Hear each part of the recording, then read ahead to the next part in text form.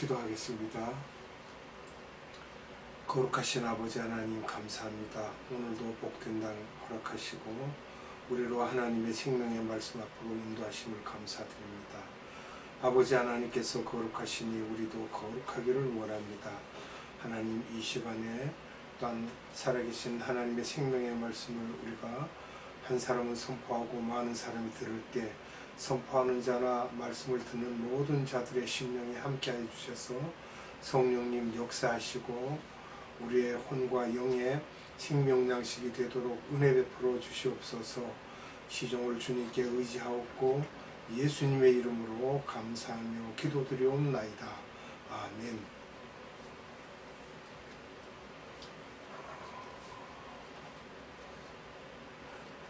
지난 시간에 이어 오늘도 종말론의 세 가지 학설들에 대한 말씀을 나누도록 하겠습니다. 세 가지 학설이 무엇이었습니까?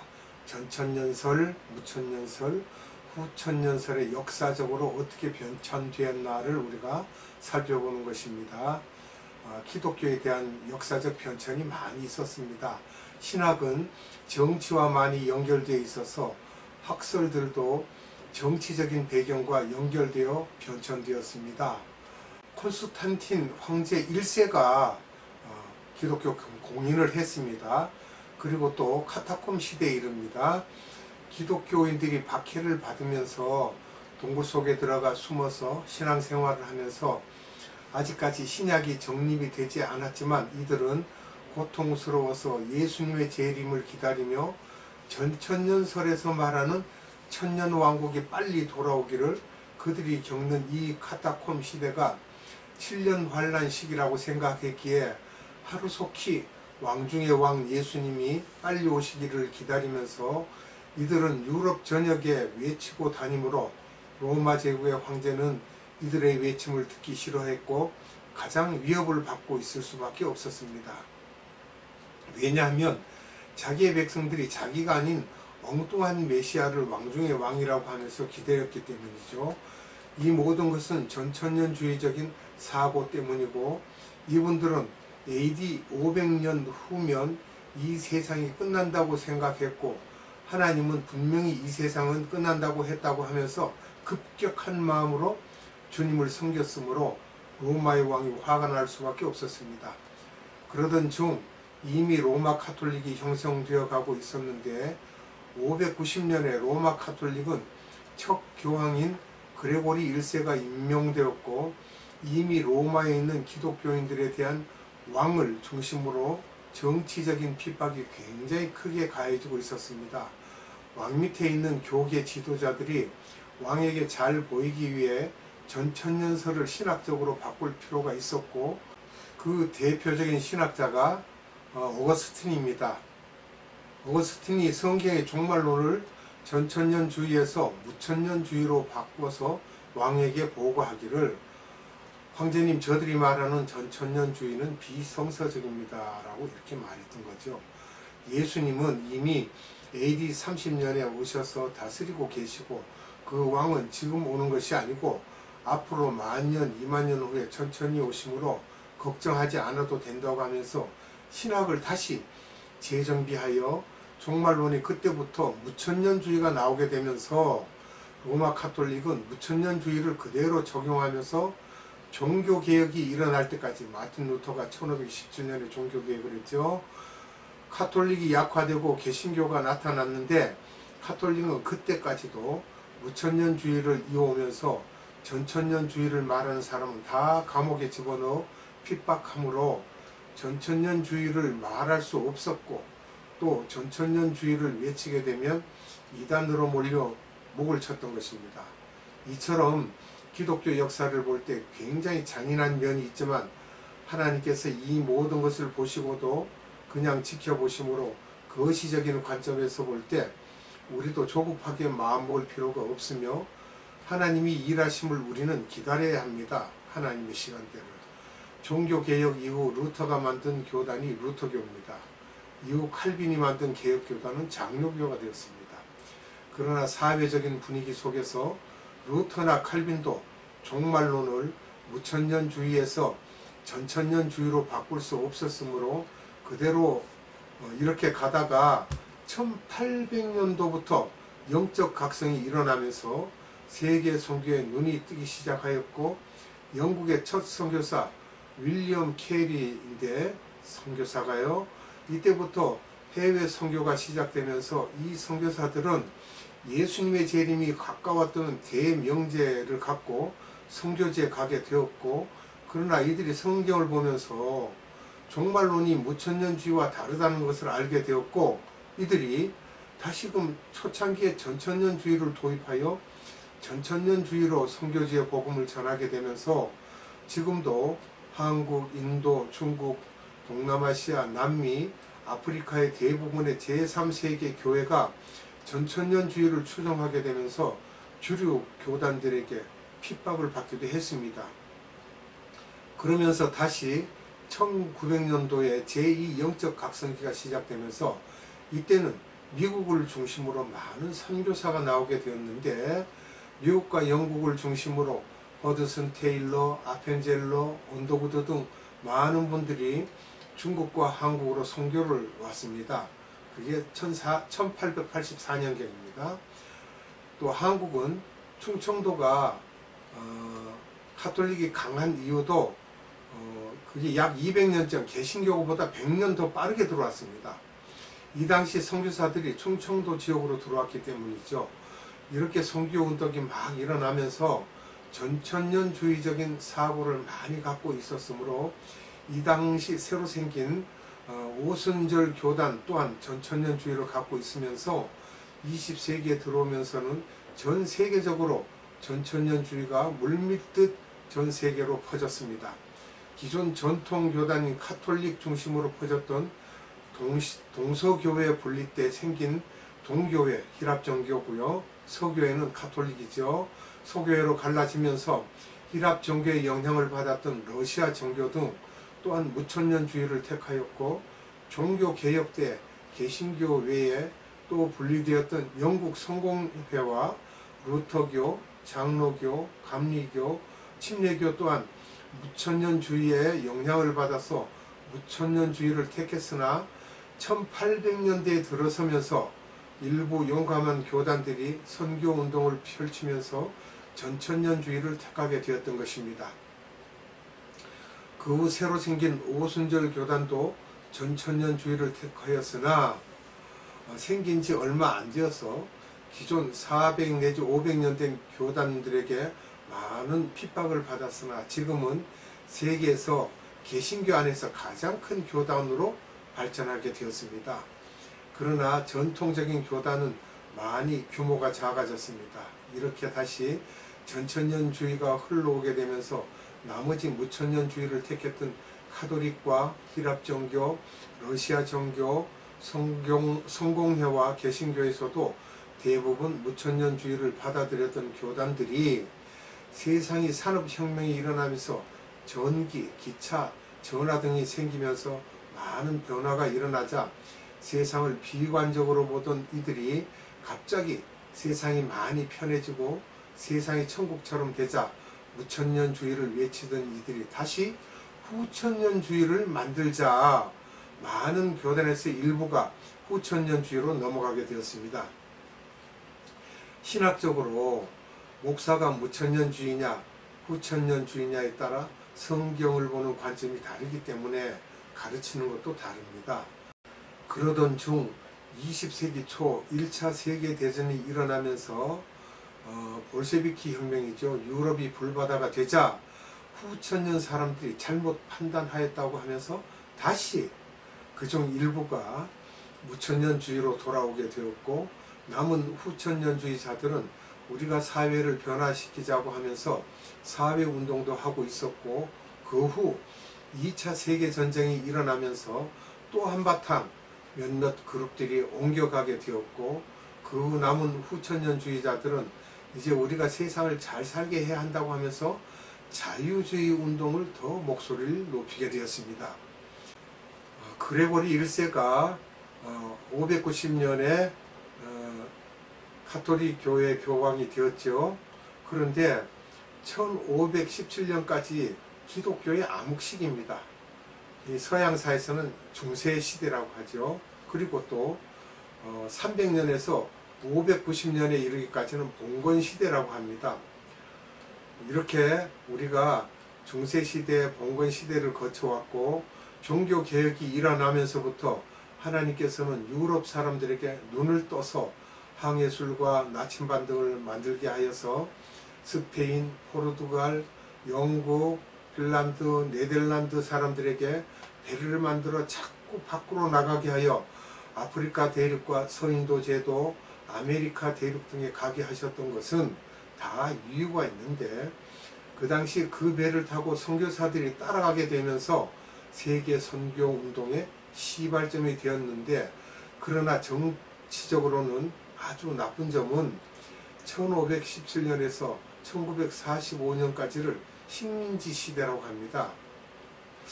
아마 이것도 하나님께서 의도적으로 그렇게 하셨던 것 같습니다. 식민지 시대의 특징을 보면 소강국이 전 세계를 다 식민지화 했던 때 결국 전 세계가 10개 정도의 나라의 손안에 있었다는 것인데, 이것은 소강국들이 식민지화 했던 나라들이 다른 나라를 식민화하면서 그 피식민지 나라들을 동물화하면서 그들은 다 미개하다고 하면서 그들이 갖고 있던 것을 말살하고 무조건 우리들이 갖고 있는 교육, 문화, 언어 등을 받아들이게 강요했던 것입니다. 일본도 마찬가지입니다.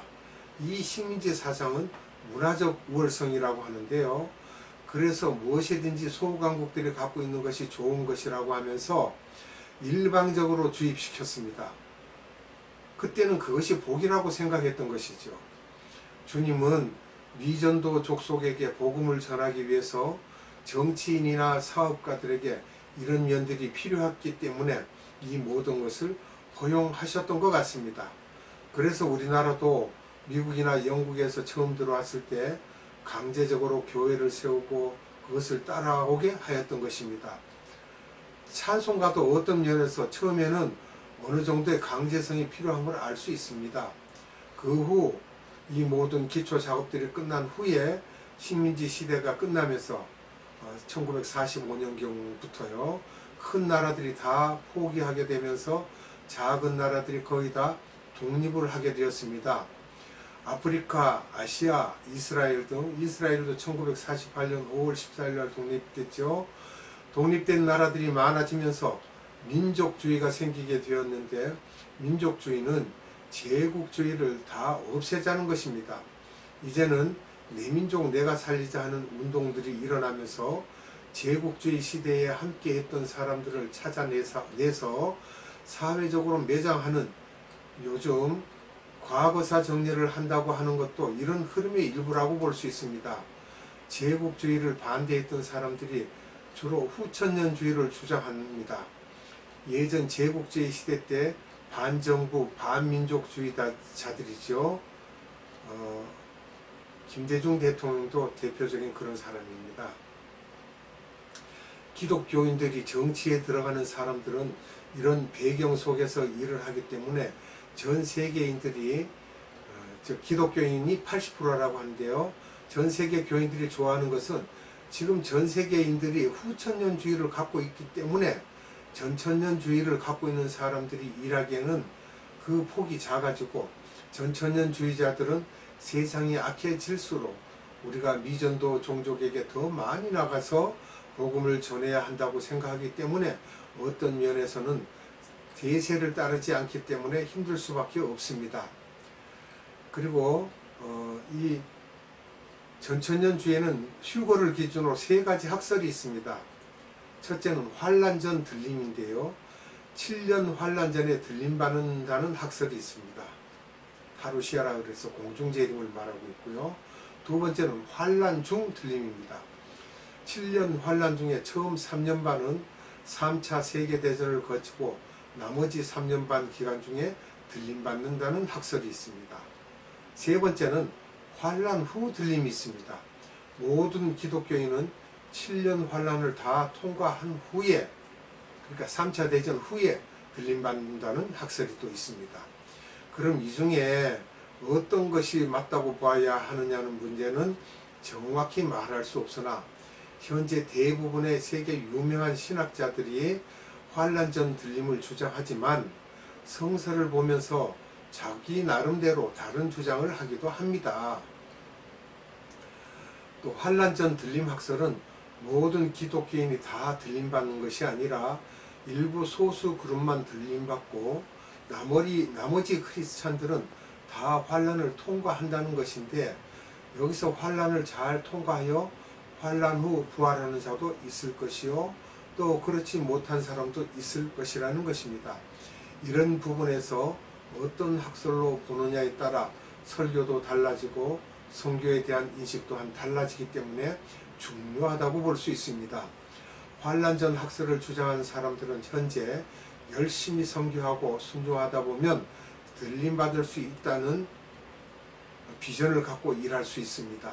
그런데 전천년주의에서 가장 문자적으로 해석하고 예수님의 재림을 가장 구체적으로 기다리는 그룹이 있는데 이들을 세대주의라고 합니다. 우리나라 초창기에 대부분의 선교사들은 전천년주의자들이며 환란전 들림과 세대주의적 신학 종말론을 갖고 있었습니다. 무천년주의자와 후천년주의자들은 이들을 전천년주의로 이단시하고 특히 세대주의자를 말하는데요. 이단시하고 했으나 우리나라는 대부분의 70~80%의 목사님들이 전천년주의와 세대주의적 신학사고를 가진 사람들이 많았습니다. 왜냐하면 우리 믿음의 선조들이 그렇게 가르쳤기 때문에. 중국도 마찬가지입니다. 중국도 삼자교회를 빼고 나머지 가정교회와 지하교회들은 전부 철저하게 전천년주의를 택하고 있습니다. 그래서 종말론에 대한 인식이 다르면 단에 세우지 않기도 했어요.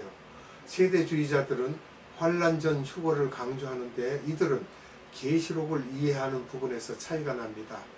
계시록 4장에서 이미 휴거가 난다고 믿는다는 거예요. 이것은 요한이 반모섬에서 하늘 보좌를 환상으로 보는 장면을 휴거로 본다는 거예요. 계시록 4장에서 18장을 이들은 이스라엘에 관한 얘기이지 이방인에게는 상관이 없다고 보고 있지만 많은 전천년주의자들은 이런 것들에 동의하지 않습니다. 그리고 나머지 계시록 1장, 계시록 3장, 19장에서 22장까지가 이방인들에게 해당한다고 주장하고 세대를 하나님이 역사하시는 시대의 구분을 7개의 세대로 나눠서 세대주의라고 합니다. 이들은 대부분 성령님의 은사들 중에 특히 보이는 은사들, 예언이나 치유, 방언 등 은사들을 부인하고 이런 것들은 이미 1세기 때 있었고 오순절 쪽을 밀어내고 지금은 있지 않다고 보고 이런 부류들과 미국의 근본주의자들 중에 이런 사상이 많이 퍼져 있으며 대표적인 신학교가 텍사스 달라스에 있는 달라스 신학교로 아주 유명한 신학교입니다. 이 학교에는 유명한 신학자들도 많고 이 학교가 미국에서는 베스트에 들어가고 이들은 아주 깨끗하고 경건하지만 이런 부분에서는 한쪽이 눈이 감겨져 있다고 봐야 되겠습니다. 또 미국의 LA에 있는 탈벗 오하바이올라라는 신학교인데 이 학교들도 세대주의의 달라스 다음으로 가는 학교입니다. 미국 동부 쪽에도 그레이스 세미나리라고 하는 신학교가 있는데 이들이 다 세대주의를 주장합니다. 우리나라에 알려져 있는 신학교 중에는 시카고에 있는 무디 신학교가 있는데 이 학교도 세대주의의 대표이고 또 성공회의 대천덕 신부도 사실 그의 할아버지는 무디 신학교의 초대 교장이었습니다. 또 LA에 있는 갈보리 채플 신학교도 거기에 척 스미스 목사가 있는데 이 양반도 세대주의입니다. 교인 2만 명 정도가 되고 이 교회에서 나가 개척한 교회가 약 500개 정도가 됩니다. 이들은 예수님이 당장 내일이라도 오시는 것처럼 말합니다. 그렇지만 미국 사람들은 이들을 이단이라고 하지 않고 그냥 그들의 신앙 노선이 다를 뿐이라고 하고 있습니다. 우리나라에도 세대주의 영향을 받은 신학자들이 많이 있습니다. 이처럼 어떠한 부분에서 동의를 하지 못하지만 그래도 이들을 통해서도 하나님의 복음 사역에 쓰임받는 사람들이 많기 때문에 우리가 이런 부분에서 극단적으로 경계할 것이 아니라 내가 생각하고 주장하는 것도 어떤 면에서는 틀린 부분도 있을 것임을 인정할 수 있는 겸손한 마음으로 성경을 봐야 할 것입니다. 종말론이 재미있습니다. 그런데 오늘은 이 정도로 하고 다음에 또 계속해서 이어서 말씀을 드리도록 하겠습니다. 기도하겠습니다. 참사랑이신 아버지 하나님 감사합니다. 이 세상이 어지러운 가운데 신학적으로도 여러 가지 학설들이 있습니다. 종말론에 대한 이야기들을 함부로 할 수가 없고 또 종말론에 대한 이야기를 많이 하다 보면 2단이네 3단이네 하고 그렇게 많은 적들이 생기게 됩니다. 그러나 하나님께서 이 마지막 때에 우리에게 종말에 대한 것을 자세히 알려주심으로 인하여 신학이 이렇게 전해져 왔고 종말이 어떠한 것인 것을 성도들이 알 수 있게 이렇게 말씀을 우리에게 주셔서 전할 수 있도록 하신 하나님께 감사를 드립니다. 아버지 하나님 더욱더 열심을 내어서 종말에 대한 우리가 준비해야 될 것들을 귀한 성도들에게 알리게 하시고 하나님께서 뜻하신 바 이루어갈 수 있는 모든 것들을 세상에 전할 수 있도록 역사하여 주시옵소서. 생명의 말씀을 주신 하나님께 무한한 감사와 찬양을 올려드리옵고 우리 구주 예수 그리스도 이름으로 감사하며 기도드리옵나이다. 아멘. 축도로 예배를 마치도록 하겠습니다. 지금은 우리 구주 예수 그리스도의 한량없는 은혜와 하나님의 극진하신 사랑하심과 성령님의 감화, 감동, 교통, 역사하심이 오늘 말씀을 들은 모든 성도들 머리 위에와 이 나라의 많은 교회들 위에와 많은 선교회들 위에와 에바다 국제 선교회 위에 지금으로부터 영원토록 함께 하시기를 예수님의 이름으로 축원하옵나이다. 아멘.